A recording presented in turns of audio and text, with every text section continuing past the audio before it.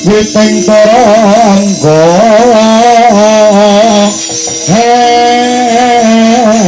hesti atata ingkang bojo layu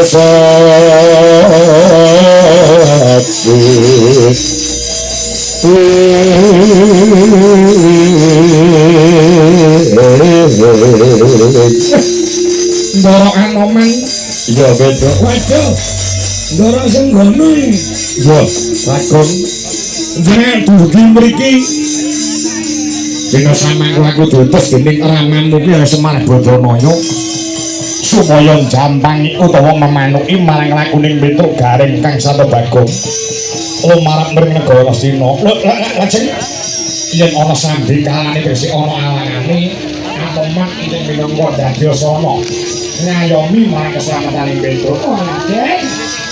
Matur nuwun nggih Gus. Dinten samangke Petruk badhe dipun jahi dening wadyabala segelar sekapan nyangat tumbahe nganti kaya jati ngarang nika. Kae sapa Petruk? Wadyabalanipun jati sampurna.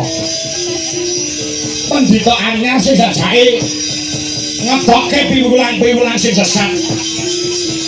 Mosok Semar arep dipateni kula anake lanang boten nrimake. Lek mung pendhitane ijen padha ijen Petruk wanine mriko kancane oke Gus. Ya, aja kuwatir. Perkara wadyabala sing tak sawangsong iki paling durdu kae. Mangko aku sing nyinggirke, aku sing ora marih balesan. Sampun ngantos slendro raosipun Deden. Dinten samangke mangsa bodho. Ya, wadyabalane tak singgirke nenek nganti. Penembang Begawan Songo jati sampurna sing maju kowe sing nandhi nggih man singgirke wadyabalane mriki pendhitane sing ayahi kula. Ya.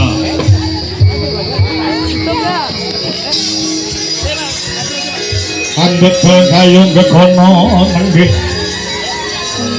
Nenggih trisang Rama daya pati.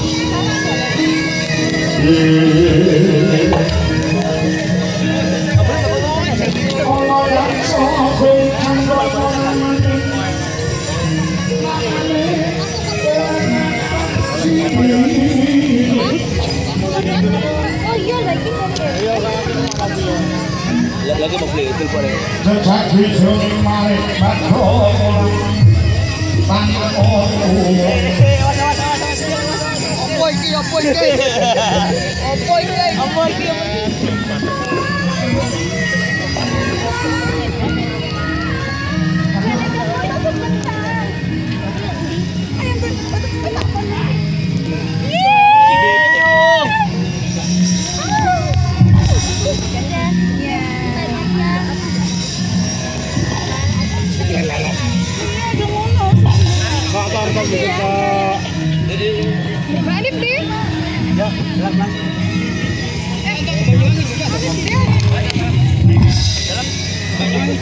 Yo langsung